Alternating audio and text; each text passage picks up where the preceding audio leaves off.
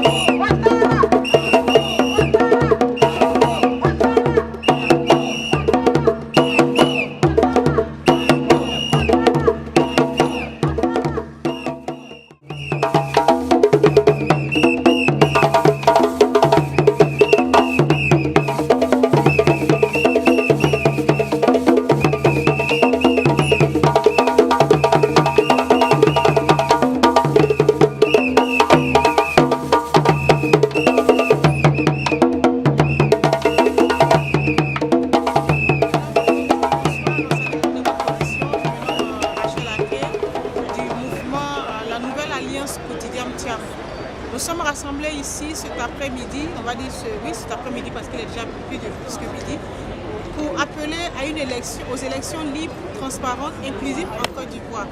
Nous voulons appeler le régime d'Abidjan à revoir sa copie et organiser des élections libres, transparentes. Nous nous adressons au régime parce que nous savons que le pouvoir, la justice en Côte d'Ivoire est instrumentalisée par le pouvoir en place. Ils savent, nous savons ce qui se passe. Donc, nous en appelons à M. Alassane Ouattara qu'il revoie sa copie et qu'il permette des élections libres et transparentes afin que les Ivoiriens partent tranquillement choisir celui qui va être à la tête de leur pays pour les 5 années à venir. Donc voilà pourquoi nous sommes là. Et nous aussi, il y a un autre message qui va dans le même sens, c'est que la jeunesse qui est en train d'être arrêtée, qu'ils arrêtent ça. Et ça, c'est pas digne de la Côte d'Ivoire. Je suis Amani Jeanne-Petit, je suis ivoirienne de naissance et aujourd'hui nous sommes là pour exiger le départ de Alassane Dramane Ouattara, l'actuel président de la Côte d'Ivoire. Nous ne voulons pas d'un 4e mandat, ça c'est le premier point. Le deuxième point, il a exclu 4 leaders, à l'occurrence le président Tidiane Thiam du PDCI, le président Laurent Gbagbo du PPACI, le Goudé Charles de Cogep et Soro Guillaume de GPS. Nous voulons une élection inclusive. Nous avons eu plus de 20 ans, 30 ans de guerre, d'instabilité dans le pays. Nous ne voulons plus cela. Depuis 1995, la Côte d'Ivoire n'est pas en paix. Nous voulons une élection inclusive pour que tout le monde, la population ivoirienne, puisse choisir le candidat qu'elle estime mieux pour la gouverner. Nous ne voulons pas d'exclusion. Nous ne voulons pas que les jeunes du PDCI soient arrêtés arbitrairement et jetés en prison. Nous voulons la vraie démocratie en Côte d'Ivoire comme nous avons en Europe. Le président Ouattara dit que nous sommes en démocratie, mais c'est faux. Nous ne sommes pas en démocratie. En démocratie, l'exécutif ne s'accapare pas de toutes les fonctions. C'est-à-dire, le judiciaire, la sécurité, l'exécutif. Non, nous demandons à ce que les partis soient toutes inclusives, les partis soient inclus dans tout le processus électoral. Troisièmement, nous exigeons la révision de la liste électorale.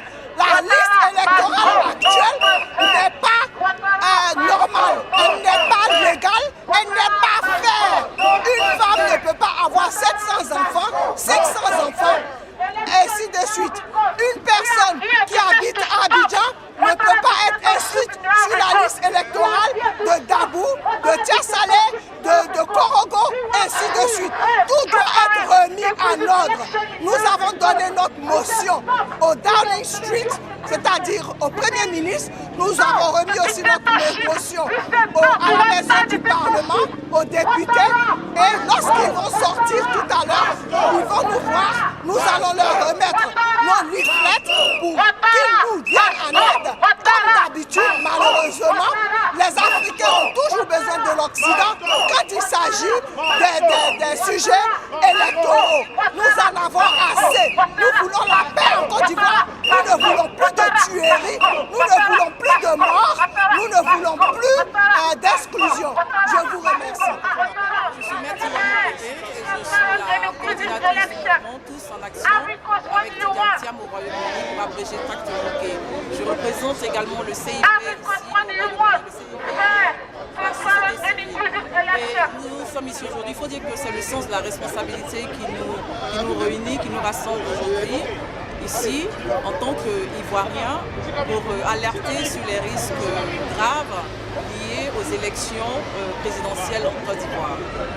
Mais aussi, il faut dire que nous étions devant la primature et là, nous sommes en ce moment devant le Parlement britannique pour exiger des élections inclusives, transparentes et pacifiques en Côte d'Ivoire.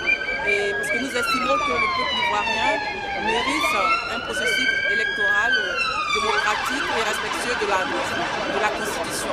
Mais il faut dire aussi que le président Thiam est celui-là même qui a travaillé ici, dans ce pays, le Royaume-Uni. Et nous estimons que le président Thiam est celui-là même qui incarne l'aspiration au changement. Donc nous pensons que les autorités britanniques, le Royaume-Uni, qui est un partenaire historique de la Côte d'Ivoire, ne doit rester indifférent. Nous sommes là, comme le constatez aujourd'hui, devant le Parlement britannique pour attirer l'attention des autorités britanniques sur la situation politique délétère un peu en ce moment en Côte d'Ivoire, où en 2025 nous allons en principe avoir des élections présidentielles. Mais comme vous le constatez tous, nous le constatons tous, malheureusement, beaucoup de leaders sont exclus en utilisant l'artifice de la justice ivoirienne qui est instrumentalisée. Il est important pour nous qui sommes dans la diaspora de venir porter à la connaissance de l'opinion publique internationale et des autorités britanniques particulièrement, afin que ceux-ci s'intéressent à ce qui se passe en Côte d'Ivoire, car, comme vous le savez, la Côte d'Ivoire sort d'une situation chaotique en 2025, en 2011, une situation chaotique qui fait suite à près de 10 ans de guerre. Et nous ne souhaitons plus, les Ivoiriens sont fatigués, nous ne souhaitons plus retomber dans cette situation chaotique post-électorale. Et donc nous avons décidé aujourd'hui, mercredi 16 juillet, qui est un jour symbolique politiquement au Royaume-Uni, car c'est ce jour-là que les parlementaires britanniques se retrouvent avec le Premier ministre pour parler des affaires de ce pays. Nous avons jugé nécessaire de programmer notre sitting de ce jour, car tout à l'heure, quand ils vont finir leur débat au Parlement, ils vont sortir et ils seront en face de la communauté ivoirienne qui attire leur attention sur la situation que vit notre pays. Nous disons, ça suffit, plus de morts, plus de guerre après chaque élection. Je suis là cet après-midi parce que nous sommes là pour manifester contre la dictature du président Ouattara en Côte d'Ivoire. Nous sommes ici pour démontrer aux parlementaires britanniques qu'il y a une situation qui est en train de s'aggraver en Côte d'Ivoire et qu'ils doivent être interpellés. Donc nous interpellons le Parlement britannique, toute la communauté internationale, que le 4e mandat en Côte d'Ivoire ne peut pas passer. Nous n'avons plus besoin d'un 4e mandat, on a besoin d'un changement radical. Les gens vont mettre les gens en prison. Depuis nos vies, on souffre. On souffre. Nos frères souffrent, nos papas souffrent. Nous tous sommes à l'asile. Nous donnent le mandat d'arrêt. On souffre. On veut des changements maintenant.